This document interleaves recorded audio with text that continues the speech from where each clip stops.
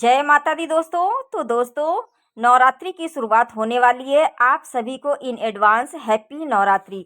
तो नवरात्रि शुरू होने से पहले हमें किन बातों का ध्यान रखना चाहिए, ये बहुत ज़रूरी है।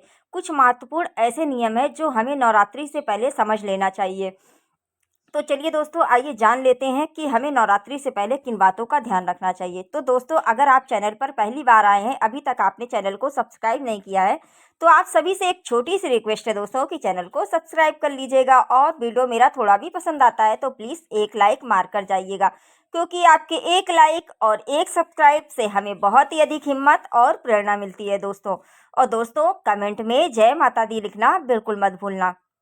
तो चलिए दोस्तों, आइए जान लेते हैं कि नवरात्रि से पहले हमें किन बातों का ध्यान रखना चाहिए।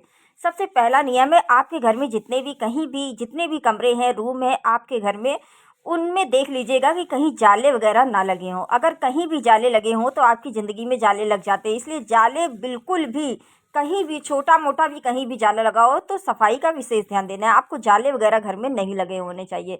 तो आज से ही आप लोग सफाई की शुरुआत कर दीजिए। कहीं भी आप जो है जाले वगैरह लगे या कहीं गंदगी है तो आप डीप क्लीनिंग आज से ज़रूर स्टार्ट कर दीजिएगा, क्योंकि नवरात्रि पड़ रही है 19 मार्च गुरुवार के दिन। ऐसा मत करिएगा कि गुरुवार के दिन आप डीप क्लीनिंग करने बैठ जाएं कि अब तो आज कलश की स्थापना करनी है और आज ही चलो सफाई कर लेते हैं। तो ऐसा नहीं है, गुरुवार के दिन हमें विशेष सफाई वगैरह नहीं करनी होती है। अब सभी को मैंने बता चुका है। तो इसलिए अब ये जो है ज़रूरी है कि आप लोग अपने घर की डीप क्लीनिंग ज़रूर से ज़रूर करो। जितनी हो सके उतनी साफ़ सफाई का विशेष ध्यान रखो, क्योंकि माता रानी को स्वच्छता बहुत ज़्यादा पसंद है। इसलिए स्वच्छता का विशेष ध्यान रखना चाहिए। जितना घर में हो सके अपने किचन के डब्बों को, जितना हो सके आप अपने घर में सफाई का विशेष ध्यान रखना है। जितने भी आपके घर में सामान है, जब तक नवरात्रि चल रही है तब तक इन चीज़ों का विशेष ध्यान देना है। घर में सामान को व्यवस्थित तरीके से रखें, अव्यवस्थित तरीके से नहीं। घर में अस्त व्यस्त सामान ना पड़ा होना चाहिए, क्योंकि आप अगर घर में अपने अखंड जोत जला रहे हो और सामान अस्त व्यस्त है, माता रानी इससे खुश नहीं होती हैं और नाराज़ होकर चली जाती हैं। तो इसलिए सफाई का आपको विशेष ध्यान देना है। घर में क्या अस्त व्यस्त फैला हुआ है उसका ध्यान देना है। कपड़े को हमेशा ये नहीं कि आप इकट्ठा गंदे कपड़े भर के रखे हुए हैं, ये सब क्या है, इससे हमारे घर में सुख समृद्धि बरकत नहीं आती है। ठीक है, तो नवरात्रि में इन चीज़ों का बहुत ध्यान देना है। घर में सफाई से लेकर के हर चीज़ व्यवस्थित तरीके से आपको रखनी है। बेडशीट है, उनकी चादर वगैरह सब चेंज कर दीजिएगा, ताकि आपके घर में माता रानी विराजमान हो। तो ये नवरात्रि से पहले आपको 19 मार्च से पहले पहले आपको इन चीज़ों का ध्यान रखना है। जितना हो सके साफ़ सफाई बहुत अच्छे से डीप क्लीनिंग ज़रूर से ज़रूर कर लीजिएगा। और हाँ, सबसे पहली बात है कि आप अपने जो मेन दरवाज़ा होता है, मेन चौखट, घर का जो मेन दरवाज़ा होता है वो बहुत मेन होता है। उसको हमेशा स्वच्छ रखना चाहिए, हमेशा सुंदर बना के रखना चाहिए।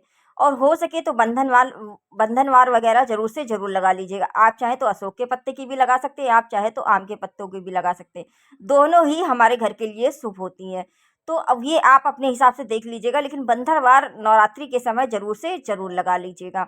और अपने मेन गेट पर सुबह शाम दीपक ज़रूर से ज़रूर लगाइएगा। तो इस तरीके से आप अपने घर में इन चीज़ों की बातों का ध्यान रखते हुए आपको अपने नवरात्रि में ध्यान देना है। और देखिए, अगर आप लोग लहसुन प्याज खाते हैं तो बिल्कुल भी नवरात्रि के दिन छोड़ देना चाहिए। आप नहीं हमेशा छोड़ सकते हैं, तो इन 9 दिनों के बीच में आपको छोड़ देना चाहिए। इससे क्या होता है कि अगर आपके घर में अखंड दिया जल रहा है और आप लहसुन प्याज खा रहे हो, फिर अखंड दिया बार बार छुओगे, बार बार उसको ध्यान दोगे, तो ऐसे सब अशुद्ध हो जाता है ना। तो इसलिए आप लोग लहसुन प्याज का विशेष ध्यान रखिएगा कि हो सके तो ना ही खाइए तो ज़्यादा अच्छा है। और जो लोग नॉनवेज वगैरह खाते हैं तो भाई उनसे तो सीधा कहना है कि आप लोग 9 दिनों में बिल्कुल मत खाइए। ठीक है, तो इस तरीके से नवरात्रि से पहले इन चीज़ों का विशेष आपको ध्यान रखना चाहिए।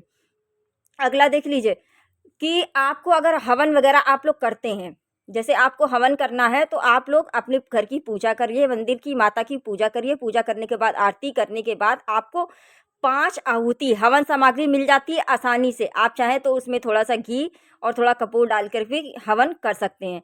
तो बना करके रख लीजिएगा। और इसी तरीके से आपको प्रतिदिन सुबह शाम दोनों टाइम आरती करने के बाद 5 आहुति ज़रूर से ज़रूर देनी है अपने घर में। अपने घर में 5 आहुति आपको, जैसे ओम दुम दुर्गाय नमः या ओम दुर्गाय नमः, इस तरीके से आप कर सकते हैं। कोई भी माता का मंत्र जाप कर सकते हैं। अगर आपको कुछ भी नहीं आता है तो सिर्फ जय माता दी, जय माता दी, ऐसे 5 बार बोल करके 5 आहुति आपको देना रहता है। तो इससे क्या होता है कि आपके घर में सुख समृद्धि आएगी। तो इस तरीके से 5 आहुति दे करके भी आप हवन कर सकते हैं, सुबह और शाम दोनों टाइम। सिंपल है और बिल्कुल साधारण है और 2 मिनट का समय लगता है। ठीक है, तो इतना सब कुछ करने के लिए मुश्किल से 10-15 मिनट का समय लगेगा और आपका पूरी पूजा संपन्न हो जाएगी। आरती वगैरह सब कुछ आपकी हो जाएगी। ठीक है, तो इस तरीके से आप लोग करिएगा और लौंग कपूर ज़रूर से ज़रूर मंगा के रख लीजिएगा, क्योंकि लौंग कपूर का विशेष महत्व है। लौंग कपूर आपको प्रतिदिन सुबह शाम दोनों टाइम आपको लौंग कपूर से ही आरती करनी होती है नवरात्रि के समय। ठीक है, और अगले नियम की बात कर लेते हैं। देखो, ऐसी कौन सी चीज़ है जो माता को प्रिय भोग माता का कौन सा है? तो देखिए, माता का जो प्रिय भोग होता है वो होता है पान। ठीक है, तो आप प्रतिदिन पान ज़रूर से ज़रूर मंगाइएगा। जैसे 9 दिन आप लोग फूल माला वगैरह मंगाते हैं, तो वैसे पान ज़रूर प्रतिदिन मंगा लीजिएगा। क्यों, आप चाहे तो 1 पान का भी भोग लगा सकते हैं और आप चाहे तो 2 का भी लगा सकते हैं, आप चाहे तो 5 का भी लगा सकते हैं। वैसे 5 पान प्रतिदिन लगाते हैं तो और भी अच्छा है। ठीक है, तो पान के ऊपर आपको क्या-क्या रखना है? 1 जोड़ा लौंग, 1 इलायची और 1 बतासा। बतासा उनका प्रिय भोग है। ठीक है, माता रानी को बतासे बहुत ज़्यादा पसंद है। तो इसलिए बतासे वगैरह आप लोग ज़रूर से ज़रूर मंगा के रख लीजिएगा और ये प्रतिदिन आप चाहें तो 5 पान के ऊपर भी रख करके और माँ को दक्षिणा ज़रूर से ज़रूर प्रतिदिन आपको चढ़ानी है। पान के ऊपर बतासा, 2 लौंग, इलायची, लौंग फूल वाली होनी चाहिए। 2 फूल वाली लौंग, इलायची, बतासा, पान और आप कुछ दक्षिणा, सिक्के।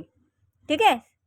सिक्के ज़रूर से ज़रूर रख लीजिएगा और वही सिक्के आप चाहें तो जब लास्ट में कन्या पूजन करेंगे तो उसी सिक्कों को आप कन्या को दे सकते हैं दक्षिणा के रूप में।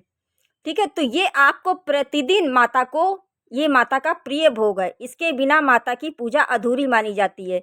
इसलिए ये आपको प्रतिदिन माता को भोग ज़रूर से ज़रूर लगाना है। सुबह शाम आरती करने से पहले माता को भोग लगा के उसके बाद आरती करनी है और उसके बाद आपको हवन करना है। तो सारी बातें मैंने आपको समझा दिया है कि इस तरीके से आपको अपने घर में सुख समृद्धि लाने के लिए आपको इन उपायों को करना चाहिए, ताकि आपके घर में बरकत बनी रहे। क्योंकि कहीं ये छोटी-छोटी गलतियां हैं जो आप लोग करते हो, फिर यही छोटी-छोटी गलतियां हमारी बड़ी समस्याओं का कारण बन जाती है। ठीक है, तो अपने घर की जितनी हो सके डीप क्लीनिंग करिए, जितना हो सके साफ़ सफाई करके रखिए। अभी से ही स्टार्ट कर दीजिए ताकि नवरात्रि से पहले-पहले आप सफाई कर सकें, क्योंकि उस दिन गुरुवार है, उस दिन आपको कुछ भी नहीं करना है, सिर्फ़ माता की पूजा करनी है, झाड़ू वगैरह लगा कर के सुबह। ठीक है?